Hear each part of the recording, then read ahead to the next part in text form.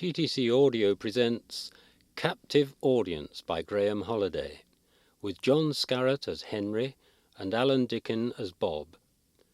Captive Audience.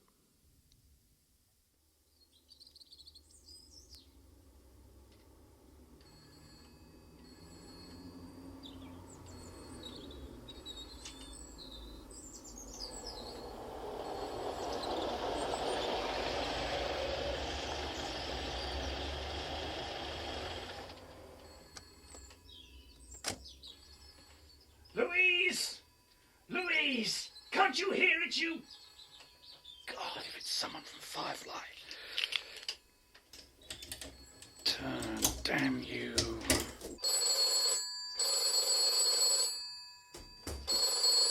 Louise!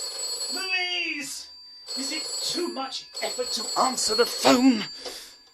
Hello, Henry Chessington. Oh, good evening, Henry.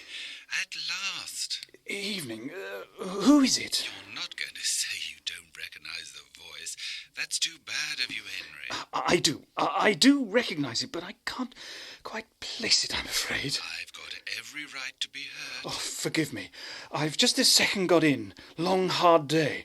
A lot on my mind, not really properly tuned in. I know. And you're going out again very soon, aren't you?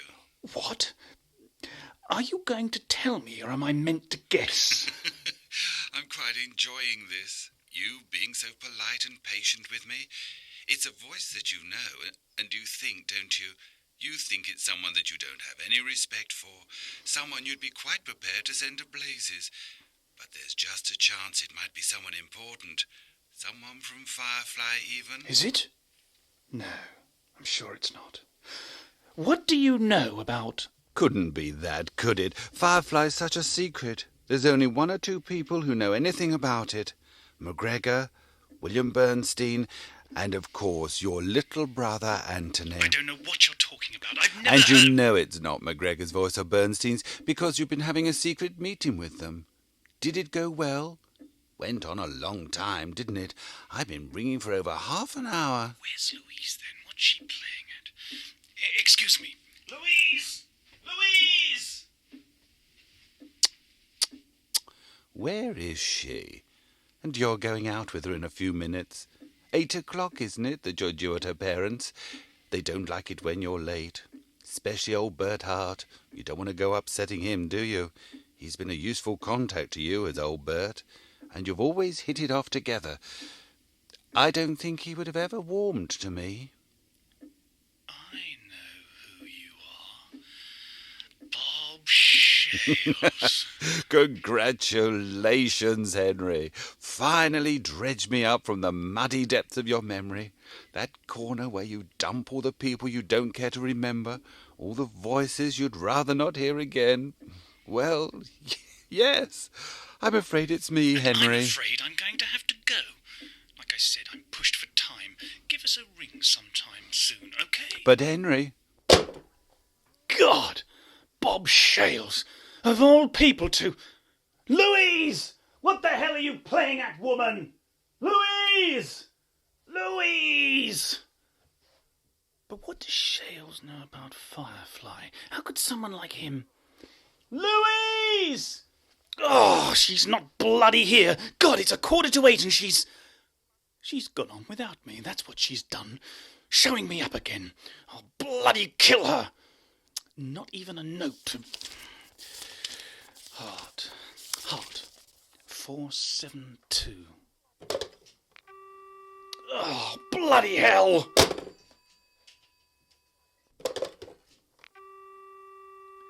Oh, for crying out loud. How could it be out of order? I've just been...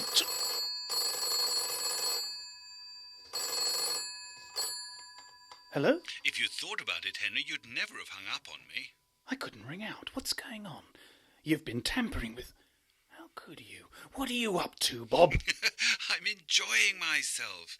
Tell me, what would you have done once you'd realised that I had information you wanted about Louise and Firefly? I've had things before that you've wanted, but I've never been so well placed to keep them out of your reach. Bob. But how could you have contacted me? I'm ex-directory and you don't know where I live anyway. I bet you're pleased I've rung back. Bob, I'm so pleased. I'm so pleased I can hardly speak. It won't do you any good to be unpleasant, and it won't do me any harm. I don't think you should underestimate my power to do you harm. I don't think I could underestimate it, Henry. It's not often that someone like Bob Shales has a captive audience of someone like Henry Chessington, the little grubby third former, and the star bowler of the first 11.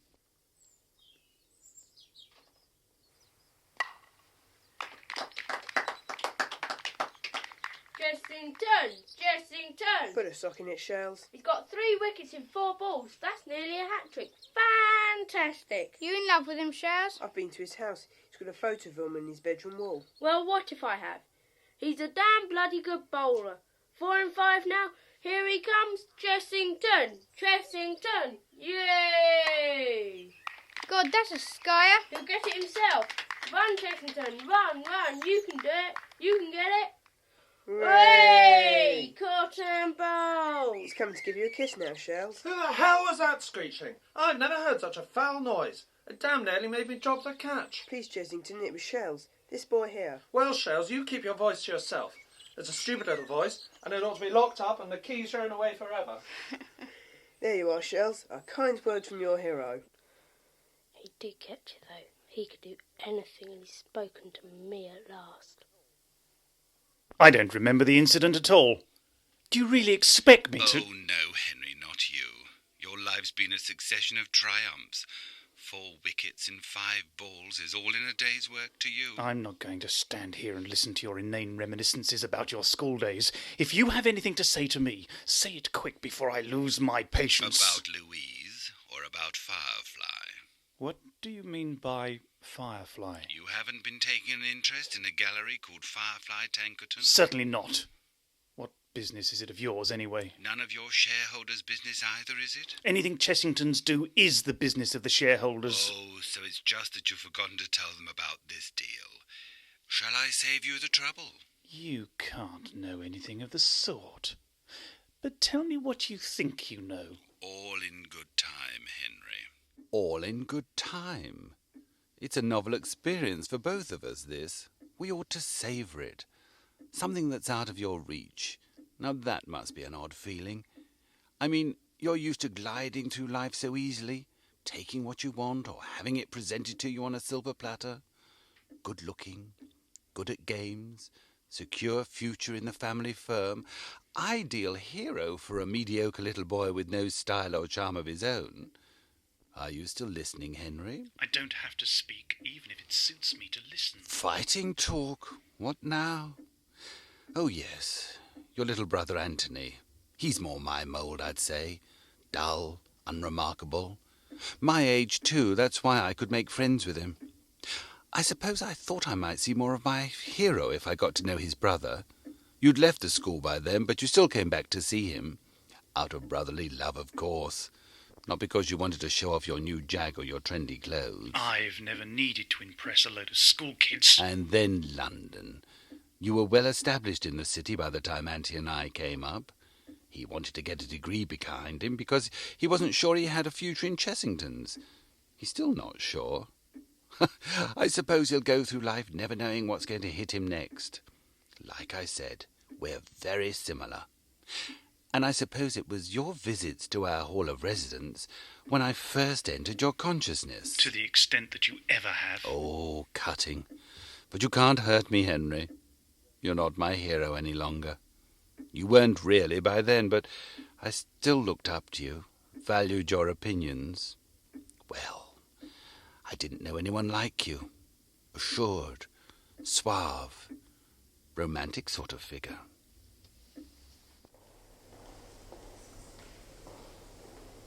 Is this it, then? What? This all you have? One room between the two of you? And the use of a kitchen and a bathrooms? I expect your brother's used to a bit better, Anthony. A bit? What would you do if you wanted to bring a girl back? Well, God, I sometimes wish I had 3 or 4 apartments dotted round the city to accommodate my lifestyle. Have you got many girlfriends, then? Of course he hasn't. Little you know, little brother. Ghastly posters. Not yours, I hope. No, they're Bob's. I don't mind them. Just as well, isn't it? Since you've got to live, work and sleep in the same room as each... don't remember this picture, Tony. That's Bob's too. It was my great aunt's or someone's. She left it to my dad in her will. He never liked it round the house because it was too dingy, so he gave it to me to decorate my room. Doesn't exactly go with the Snoopy posters. No, I think I'll take it down. Henry's an art dealer, you know. Is it worth thousands of pounds, Henry? It looks gloomy enough. There are times when I sincerely hope you won't be coming into the firm. No, it's not valuable. Bad Victorian imitation of a Dutch landscape. God, do you call this sherry? It's not the cheapest. Then saints preserve me from the cheapest. How much do you think it's worth then, this picture? We wouldn't give you more than 100 quid for it. 100 quid? Could get a lot of tapes for that. I'll say, how about 150? Are you trying to haggle with me? Oh, no, sorry, I didn't mean to. Would you like to buy it for £100? Ah, what the hell. 150, and you can buy my little brother a bottle of decent sherry. Oh, God, it's my lucky day. 150 quid out of nowhere. Thanks ever so much, Henry. That was the first time I ever called you Henry. It felt like addressing the headmaster by his Christian name, or my father. Talk about gods descending from heaven. I only visited Tony because my mother insisted. Once a month or less, if I could manage it. I always hoped you'd be out, but you never were. Exciting lives you must have led. You couldn't have stood the pace for a moment, but we got our degrees at any rate. Tony went into the firm despite your reservations, and I sort of drifted into the art world as well. The art world. Goldhawk Reproductions. They knew as much about art as my brother knew about sherry. Pictures of sleeping kittens in teapots. Art for the masses. Reproductions of the best love works of the old masters, framed, block-mounted, or available as posters. It was never a dynamic setup, but it was a disaster from start to finish. Well, there you are then. I found my niche. But it must have had something, or Chessingtons wouldn't have bought it out. We've bought up lots of ailing firms over the years. I'd explain the reasoning behind it, but you wouldn't understand. No, I expect not. Still, we're having quite a conversation now, aren't we, Henry? Really loosened your tongue, all this reminiscing. You're going to be paying so heavily for your little practical joke, I might as well let you enjoy it while you can. Just as generous as ever. If only you knew. Knew what? But you don't. Bluff away. You've never had any power over me. I expect you're right, Henry. I don't suppose I know anything about Firefly. I don't see how you can. Or Louise.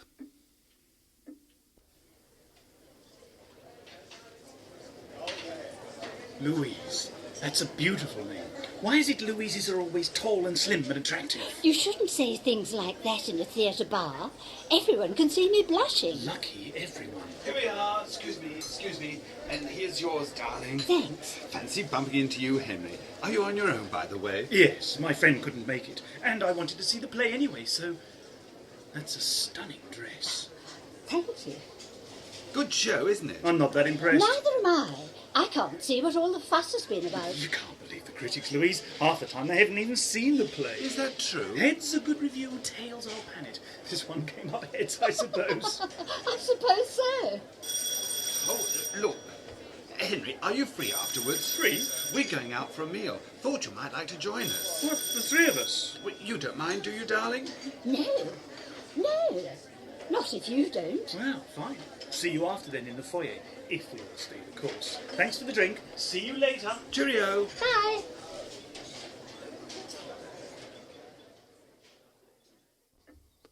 What I was hoping for, of course, was to bathe in the reflected glory of both of you.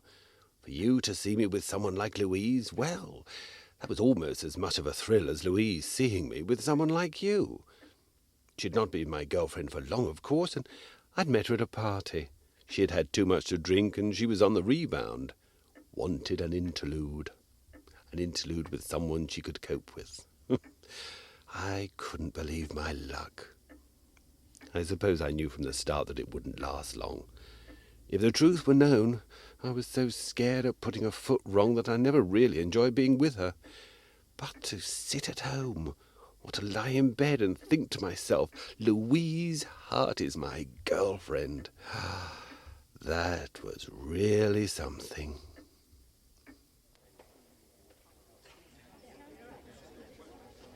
I've never really enjoyed what you might call the mainstream of British comedy anyway. All the stupid innuendo and stereotyping. I know exactly what you mean. We've never managed the American style of brilliant, witty, intelligent comedy. Neil Simon or Stephen Sondheim. Oh, do you like Stephen Sondheim? I never miss one of his shows. What about Noel Coward? Wasn't he British? Coward's all very well in his way, but he's not as funny as he pretends to be. What do you mean? Oh, Bob, it's obvious what he means. Look, I'm having a little party next week. Just a small buffet, really. Flat-warming affair. How about you two coming along? Oh, well, that's really nice of you, Henry. Isn't it, darling? I wish you'd stop calling me that, Bob. It's very wearing. And that, of course, was the beginning of the end. You can't accuse me of stealing her from you, Bob. She was never yours to steal. Oh, no, I always knew that. Louise has a mind of her own. You wanted each other, and there was no more to be said. I was jealous, of course. I was upset. But I didn't blame you, and I certainly didn't blame her. I mean, what girl, given the choice between Bob Shales and Henry Chessington? Right. What surprised me was the way you two kept in touch with me afterwards. I didn't expect to see you again, but you did me proud. 3 times you had me round for dinner, and then, of course, there was the wedding. Louise felt we had some sort of absurd obligation not to drop you. Not immediately, anyway. But my God, they were purgatory, those dinners. Oh, it's true confession time, is it? Well, they were never very much fun for me either. It was nice to be in your company, of course, though the old Chessington glamour was wearing a bit thin. But I always felt I was there on sufferance. And seeing Louise as your wife, inevitable as it was still a bit painful. Quite the little masochist, weren't you? People like me have to find their pleasures where they can, even when it comes to hovering outside dining room doors on the way back from the loo. How much longer has he stayed? I don't know. It's only 11 o'clock. Feels like 2 in the morning. I think a few well-timed If it yawns. weren't for Bob, you never would have met me. Don't forget that. Can't think why we have to have the little creep to dinner. Just because I pinched his girlfriend. Bob's perfectly harmless. He's not dazzling, not a great charmer like some I could mention, but he's okay. I've never known why you disliked him so much. He's quite obviously potty about you. I'll tell you why I dislike him. He stinks of failure. You can see it in his eyes. You can smell it on his breath. Failure, mediocrity, weakness. It's his world. He's doomed to it, married to it. Everything he touches is contaminated by it. The worst thing of all is that voice. Always a note of apology. Always sounding a retreat. When he's talking, I want to scream out loud. I want to pick up a sharp object and ram it down his throat. I don't think we'd better invite him to dinner again. You never did, either. It must have been a great relief to you. It was to me, now that I knew. Comes as a bit of a blow when you find out that the bloke you've always looked up to and tried to model yourself on wants to ram sharp objects down your throat. You tried to model yourself on me. Yes, pathetic, isn't it? The funny thing was, I didn't hate you for it. I could see your point of view, I suppose. I'm not the sort of person I'd want to spend much time with. Well, isn't that the reaction you'd expect from me? Hasn't even got it in him to hate. Leastways, I hadn't at first. Don't tell me you finally managed to work yourself up to it. It took time and other events, like Chessington's buying up Gold Hawk and making me redundant. Lots of people were made redundant. That's what I told myself. That's what happens, I said. Big, successful firms buy up little ailing ones, and the mediocre people have to be ditched. But part of me was quite peeved by it all. A new voice inside me saying, why can't I hate him? He hates me. Hate's too strong a word. You're like a blue bottle in a closed room. Can't do me any harm, but I want rid of it. Why don't you put down the phone then, Henry? Then you'll be rid of me, won't you? Go on. I dare you. Why should I bother? I'm already late for my appointment. I might just as well sit here and wait for you to give me your momentous scrap of information. But my God, once this conversation has finished, if you're anywhere in Europe, I'll swat you. Well, we'll see about that, won't we, Henry? I've still got to tell you what brought everything to a head, what made that new voice inside me win the day and start planning. Do you know that little gallery in Memsbury Street? Oh, I see. Just happened to be walking past it a week or two ago and popped inside. Well, I'm still quite interested in art, even though I haven't got a job in it anymore. And what do you think I saw? I can't imagine. A bad Victorian imitation of an old Dutch landscape. And do you know, the people in that gallery were so stupid they'd priced it at £3,000. Can you believe it? Sherlock bloody Holmes. That's when the new voice took over. There wasn't much the old one could say in your defence. The new voice sounds appallingly like the old one, I'm afraid. You were a bloody fool to let me buy that picture from you without an expert advice. But you were an expert. It never occurred to me to doubt your word. Like I said, a bloody fool. I admit it. I've been a bloody fool all my life. One of nature's bloodiest. But that doesn't stop you being a bastard. Sure it doesn't. And where does that get you? It gets me drunk. I was with your little brother a couple of weeks ago, but I wasn't as drunk as he was. I expect you know what it's like when it's had a few too many. Yes. When I told him about that picture, he was outraged. He'd always thought the business with Louise was a bit off.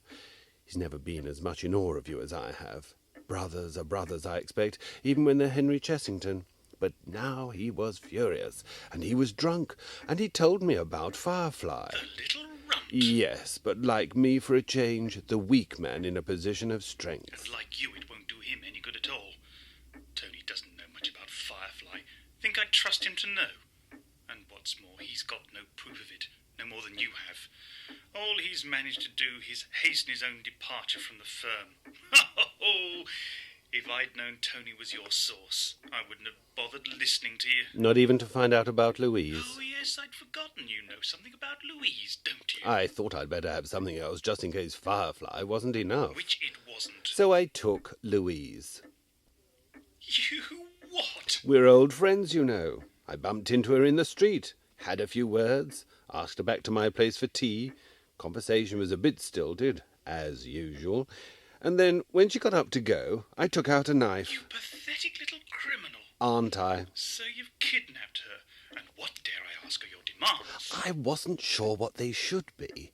Money would be nice, but it wouldn't really satisfy me. I thought of insisting on you doing yourself some sort of physical harm in return for her safety. Like cut off one of your hands and you can have Louise back. You can ask what you like. You're not getting anything. Someone like you would never get away with that. That's the conclusion I came to. So I thought, right, I'll just kill her. Phone up, tell you, listen to your reaction. I don't think you've got the nerve. When you were faced with it, I don't think you could do it. And you certainly wouldn't get away with that. You're not sure, though, are you, Henry? Yes, I am. I'm dead sure. You couldn't have killed Louise. You couldn't do any serious harm to anybody. I wouldn't put money on that, Henry. I would. You certainly can't hurt me.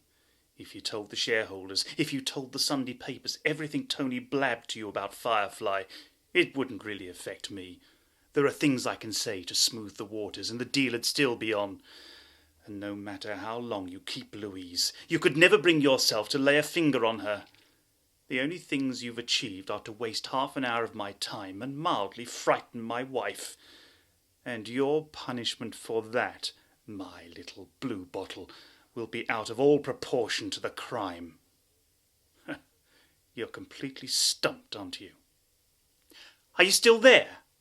Can I go now? You're quite right, of course. The things I'd planned, they were no good to me. I wouldn't know how to use the information Anthony gave me, and I don't think it would do you enough harm. As for Louise, she's okay. In fact, she's already on her way back to you. Really? But I should imagine she'll call the police first. Maybe, but they can't touch me. No one can touch me. Bravado doesn't suit you, Bob. I've only been playing with you so far, Henry. I wanted to annoy you, first of all, to frustrate you, keep you waiting while I talk to you. That's quite a victory in itself. I wanted to hear your blood pressure rising, and I did. Now I've had enough of that. This is where I start to turn the knife. That'll do, Bob. I can't bear your stupid little voice a moment longer.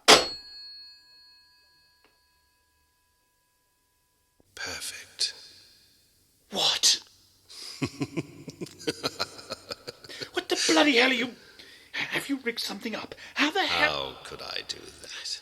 I'm a fool, Henry, remember? And I'm weak. I'm a failure. So what do failures do when they're up against it, eh? Lost your tongue? I'll tell you. They give way. They give in. They kill themselves. I'm not... However you're managing to... I could care less if you kill yourself. Go ahead. I have. What? I killed myself after I let Louise go. I knew the police would come, but once I was dead, they couldn't touch me. You're raving, man. No, I'm dead, man. It's you who'll be raving before long. How are you speaking to me? I'm inside your head, Henry. And I always will be. Cozy, isn't it? Like what you said once about locking up my voice and throwing away the key. Well, here I am. I've come to stay. Now, what should we talk about?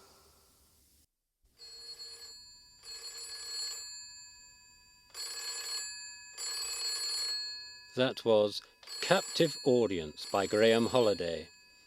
The part of Henry was played by John Scarrett, and Alan Dickin played Bob. Louise was played by Jean Kay, Anthony and young Henry by Richard Ruddock. Young Bob was Peter Dapre, Butterworth Alec Taylor, and Rigby Stephen Patton. Sound effects were by Annie Davies and Bridget Norman. Recording by Charles Halford, Paul Greenhalgh and Chris Davies. The play directed by Kenneth Mason.